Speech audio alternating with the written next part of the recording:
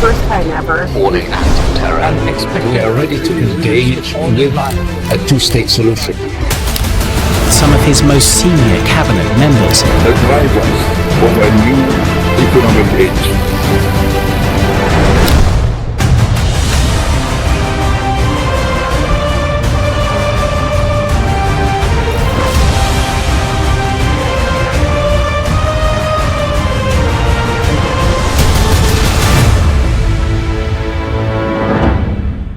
Southeast Asia is reeling from one of the worst flood catastrophes in recent memory.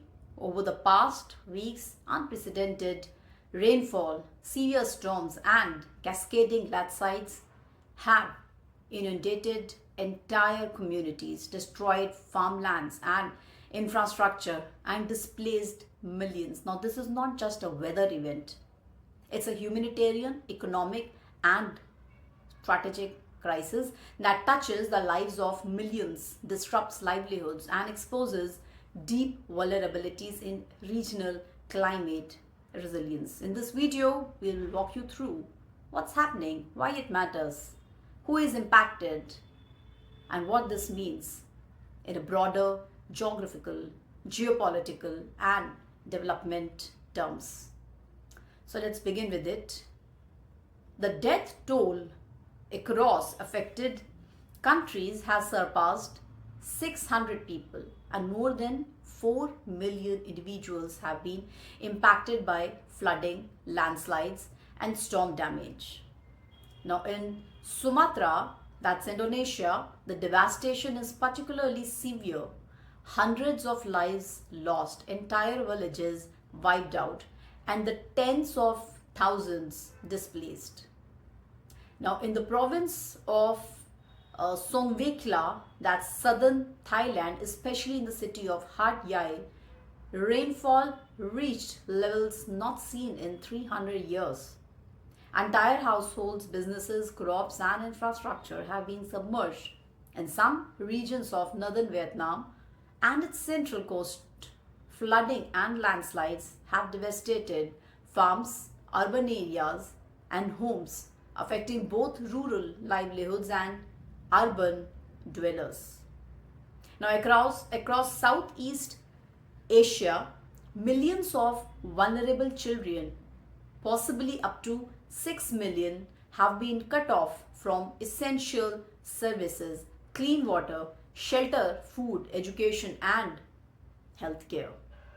These are not isolated incidents. This is a regional catastrophe unfolding across multiple countries, affecting millions of lives and livelihoods. Now, what caused it? Weather, climate, patterns, and storm systems. Now, to understand why the floods have been catastrophic, we need to look at a confluence of meteorological and climatic factors. The region is currently under an unusually intense monsoon season, while also being battered by severe storms and tropical cyclones, storms that formed in unusual places such as the Malacca Strait. In Vietnam, flooding was triggered by the combined impact of multiple cyclones, heavy rainfall and an intertropical convergence zone, resulting in cumulative rainfall that overwhelmed natural and man-made drainage systems. Now, the climate change and rising sea levels intensify monsoon and storm patterns across the Southeast Asia.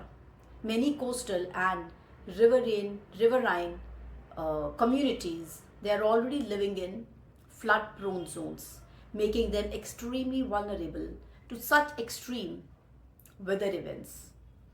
So in short, if I say an abnormal alignment of monsoon, intensified tropical storms and climate-driven sea level rise have turned a seasonal phenomenon into a full-blown disaster. Now the human and the economic impact, if we see the lives, livelihoods and the infrastructure, displacement, homelessness and human suffering. Entire communities have been displaced. In some regions, tens of thousands are in emergency shelters, waiting for relief or safe return. In many flood hit zones, essential services like water supply, electricity, and communication have collapsed, cutting people off from aid, safe drinking water, medical help, and even contact with relatives. For children and for families already living on the margins, this disaster compounds vulnerabilities, loss of shelter and food, breakdown of support systems, disruption of schooling and health services. Now, agriculture, livelihoods, and economic losses. If we see, flood waters have submerged the agricultural lands, destroying crops across large zones. Farms and fish farms have been ruined, threatening food security and incomes for rural communities. Infrastructure, roads, bridges, communications, urban water systems has been severely damaged. In some areas, entire villages are cut off, unreachable by road or land. The economic cost is staggering.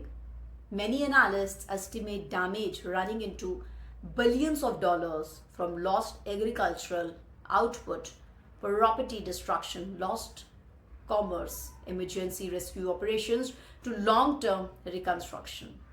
And this reminds me of the floods of North Sikkim. And in North Sikkim, every year, the roads get cut off. The displaced communities and broken infrastructure lead to long-term social stress, homelessness, loss of livelihoods, disrupted schooling for children, rising health risks, disease spread, waterborne illness. Trust in governance and preparedness erodes when disasters hit repeatedly and relief is delayed or insufficient. Regions already grappling with poverty, inequality, or conflict are hit hardest.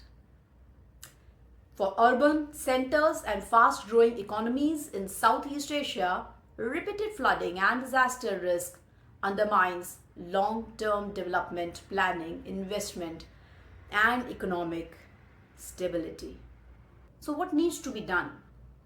Here is an imperative roadmap for regional governments, international agencies, and stakeholders drawn from the scale of this crisis. First, the emergency response and relief.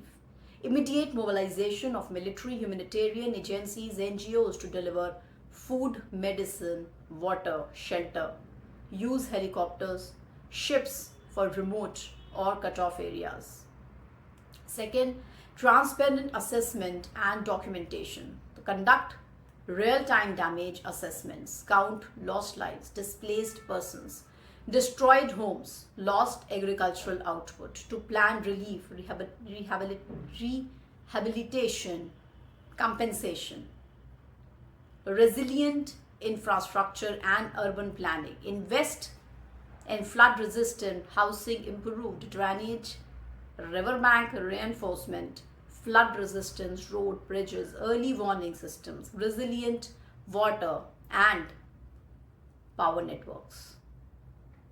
So climate adaptation and disaster preparedness, we need to develop regional climate resilience strategies, enhance forecasting, define flood zones, coordinate across countries for shared water basins and disaster response, and provide support for displaced persons, temporary housing, restoration of livelihoods, psychological support, school rehabilitation, healthcare, food security programs, environmental and ecosystem restoration, rehabilitate damaged farmlands, replant mangroves, forests where possible to stabilize soil and reduce future landslide risk, restore fisheries, farmlands, and sustainability. The international and regional cooperation, ASEAN level, unsupported or multi-agency coordination for disaster response,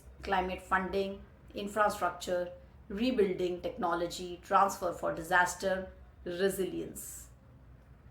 Long-term policy and governance reform. Embed disaster risk management into urban planning and development policies. No more ad hoc responses. Build resilience into growth plans, housing, rural development, and city expansion. Let this disaster mark not just tragedy but transformation. I always recall some of my conversations were in panels in India when I've spoken about ESG. Many of the panelists have even asked what is ESG, and that's environment, sustainability and governance, and everything is linked. Climate also forms part of it. Everyone is responsible, not only in one region, across the world. That's all from my side in this video. I'll see you in the next video. Jai Hind and Jai Bharat.